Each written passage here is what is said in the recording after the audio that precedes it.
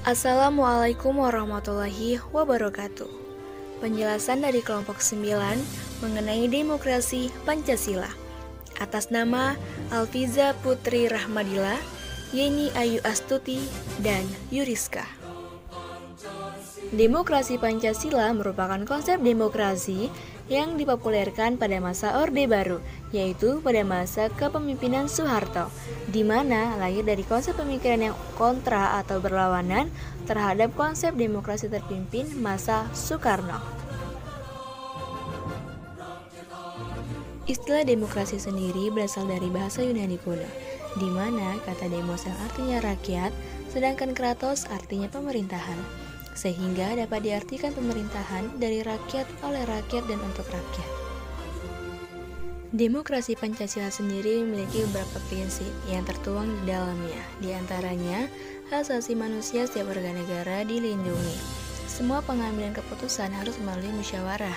Pelaksanaan kedaulatan rakyat bersifat bebas dan bertanggung jawab, dan kekuasaan tertinggi semuanya ada di tangan rakyat.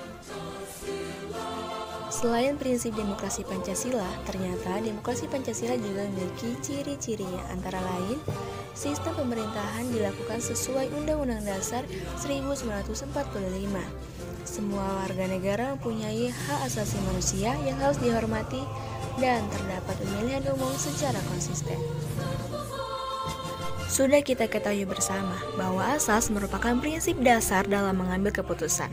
Maka dari itu, demokrasi Pancasila juga memiliki asas, seperti asas kerakyatan, musyawarah, dan penjaminan hak asasi manusia. Dan yang paling penting, setiap sesuatu yang diciptakan, apalagi untuk banyak orang, harus memiliki tujuan yang jelas. Begitu juga dengan demokrasi Pancasila, di mana demokrasi Pancasila juga memiliki tujuannya sendiri. Di antaranya yaitu yang pertama, agar pemerintahan bisa tahu bagaimana proses pengambilan keputusan ketika menyelesaikan permasalahan dengan demokrasi. Yang kedua, membuat semua warga negara Indonesia turut berpartisipasi dalam kehidupan negara dan mau melaksanakan pemilu dengan menggunakan hak suaranya. Dan yang ketiga, semua tatanan pemerintahan di Indonesia berjalan sesuai dengan filsafat negara lain. Demikian penjelasan dari kelompok 9. Semoga dari penjelasan tersebut kita dapat memahami serta menerapkannya dalam kehidupan kita. Bung Karno pernah berkata dalam pidatonya, "Negara Republik Indonesia ini bukan milik suatu golongan, bukan milik suatu agama, bukan milik suatu suku, bukan milik suatu golongan adat istiadat, tapi milik kita semua, dari Sabang sampai Merauke. Salam Garuda Pancasila, salam bangsa Indonesia. Terima kasih dan sampai jumpa."